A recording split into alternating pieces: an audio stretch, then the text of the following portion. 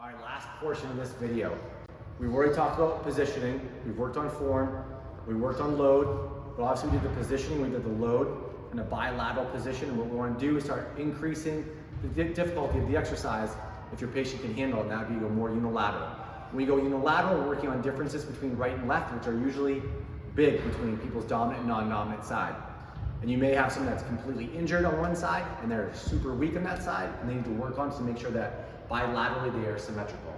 So we're gonna do first, we're gonna work on the patterning of that one leg position using a dowel, a body bar, a support, all right? For Avery today, I'm gonna have her grab this body bar. That means when she's grabbing right hand, that her right leg is actually going to come off the ground. What I want her to do is I want her to get a soft left knee, then I want her to push that right leg up and away like she's hinging. And you can tell Avery has a really tough time in this exercise.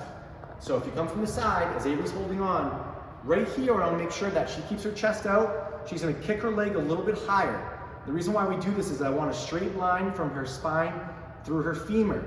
If I let her drop this leg more into extension, what usually happens, keep that deep position if you can, Avery.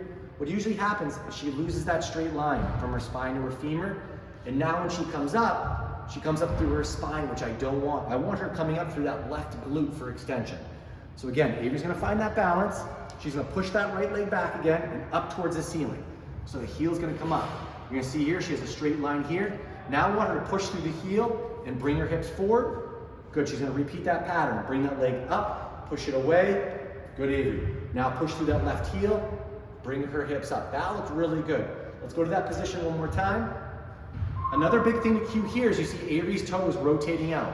What happens here, if her toe rotates out, typically her hip will come out of the motion. I want to keep that toe internally rotated in so it keeps her right hip down. That leg that's up, hip is down. She's going to come forward, lock out. Again, this is not a super easy pattern. If using something like a stick in front is too hard, you go using a suspension trainer or using something like one of these bigger pulleys to work on that hinged position.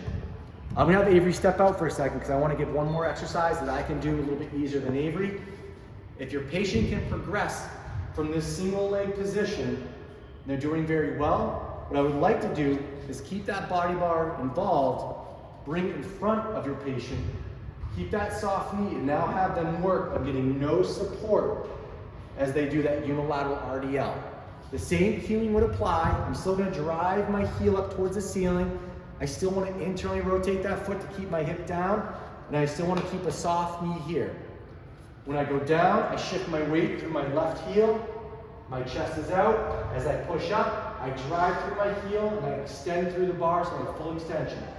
I inhale, I drive back, I inhale, and I drive up. So I hope this video really helps.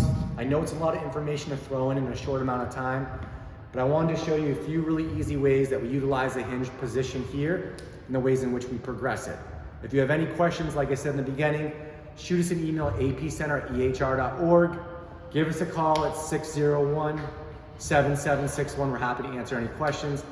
And obviously, as always, we thank you guys for all your referrals, and we hope that you'll continue to refer to us in the future. Take care.